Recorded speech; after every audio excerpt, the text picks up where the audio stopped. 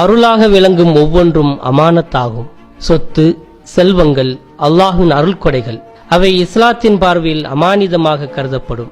உடல் ஆரோக்கியம், குழந்தை பாக்கியம், இளமை பருவம் இவை அனைத்தும் இறைவனின் அருளாகும். இவைகள் அனைத்தும் இஸ்லாமிய பார்வையில் அமானிதமாகும்.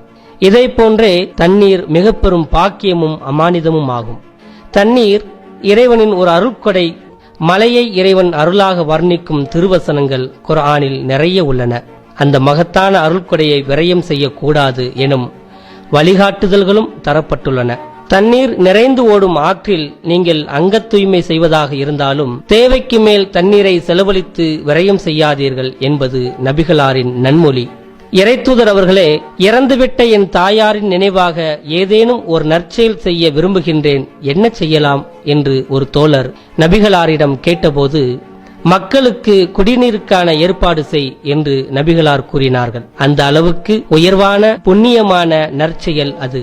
தவித்த வாய்க்கு தண்ணீர் வழங்குவது சிறந்த அறமாகும்.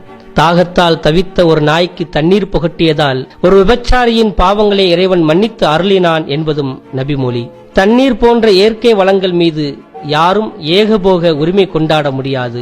இறைவன் கேட்கின்றான், இவர்களிடம் கேளுங்கள், உங்கள் கிணறு, ஆறு ஆகியவற்றின் நீர் பூமிக்குள் போய்விட்டால் பிறகு தண்ணீர் ஊற்றுகளை உங்களுக்கு வெளிக்கொண்டு வருபவன் யார் என்பதை நீங்கள் எப்போதேனும் சிந்தித்ததுண்டா? எத்தனை ஆழமான கேள்வி! 1000 அடிகள் தோண்டிய பிறகும் கூட தண்ணீர் கிடைப்பதில்லை என்கிற நிலை இன்றைக்கு உருவாகிவிட்டது. தண்ணீர் எனும் இயற்கை வளம் நமக்கு தடையின்றி கிடைக்க வேண்டுமானால் முதலில் தண்ணீர் இறைவனின் அருள்கொடை எனும் உணர்வு நமக்கு வேண்டும்.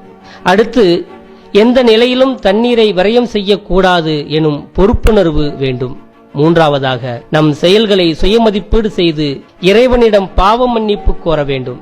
பாவங்களிலிருந்து விலகி இருந்தால் இயற்கை வளங்களை பெருகச் செய்வேன் என்பது இறைவன் அளிக்கும் வாக்குறுதி.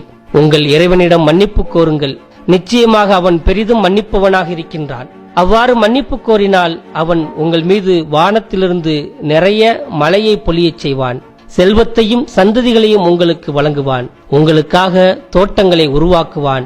உங்களுக்காக ஆறுகளையும் ஓடச் செய்வான். எனவே தண்ணீரின் அருமையை உணர்ந்து பயன்படுத்துவோம். இறைவன் அருள் புரிவானாக.